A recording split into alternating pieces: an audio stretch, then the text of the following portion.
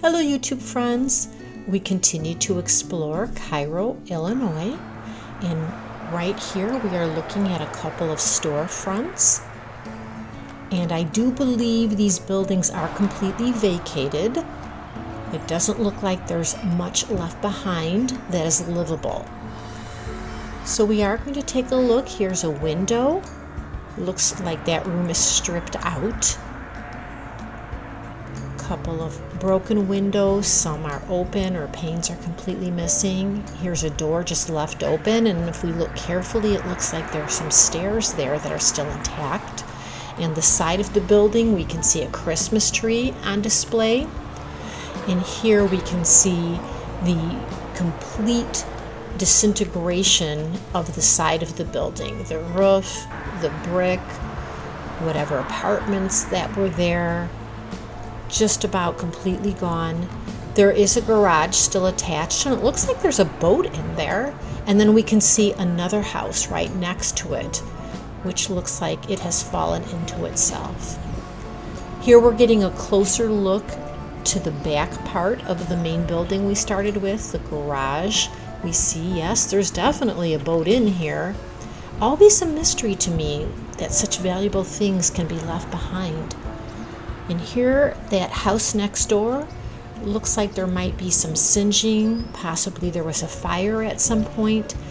We can see pretty well that the house fell into itself. The mid-roof is fallen into the center of the home. It looks like it's been vacant and deteriorating for quite some time. The front door is completely blocked by fallen structure, but notice it says private property. I do notice that a lot on what appears to be vacated residences, either no trespassing or private property signs. So apparently somebody still has investment in this. Here's another view of that same house that looked burned down and collapsed into itself, and we get a better idea of where that roof landed when it finally did come down in this house. I don't think anyone is living in this home in this condition here. All right, we can see a little bit better. Now we're going to take another view of that main building with the storefronts. Look, there's still a bookcase here, and we can see books on the shelf even.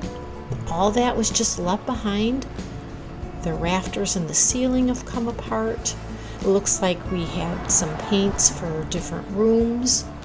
And there might have been a patio back here too, because when we look at these doors and windows here, it looks like it was an exterior wall, but the porch or whatever was there is missing. Maybe that's what those plank woods are. And we see everything just fallen down to the bottom there. We're going to take yet another view and go a little bit into the fallen structures here and see what more we can see.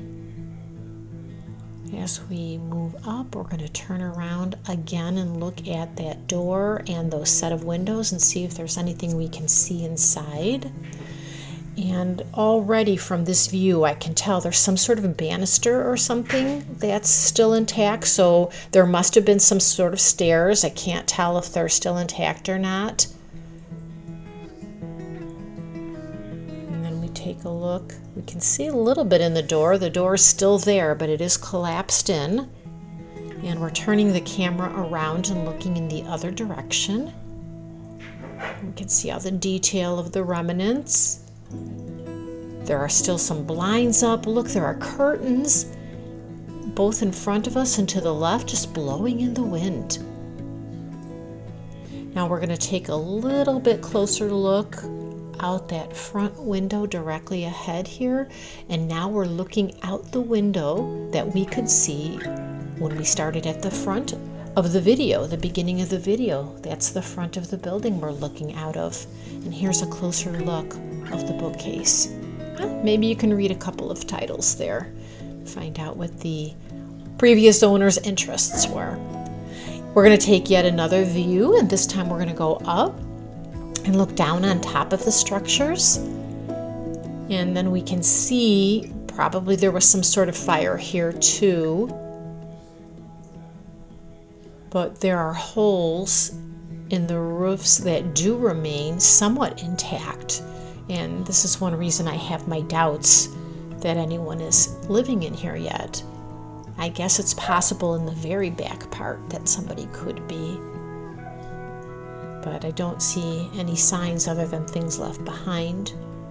And here we have another view of that house next door and seeing exactly how that roof has fallen in. Not a lot of remnants. Looks like mostly structure there. Don't see much in the way of furniture or belongings left behind there. And then here we are coming full circle, seeing a little bit better the roofs of the original structure. Anyway, I thought this was an interesting discovery in Cairo, Illinois, and I would share it with you. Thanks so much for watching, and I hope you join us for part 6. Take care.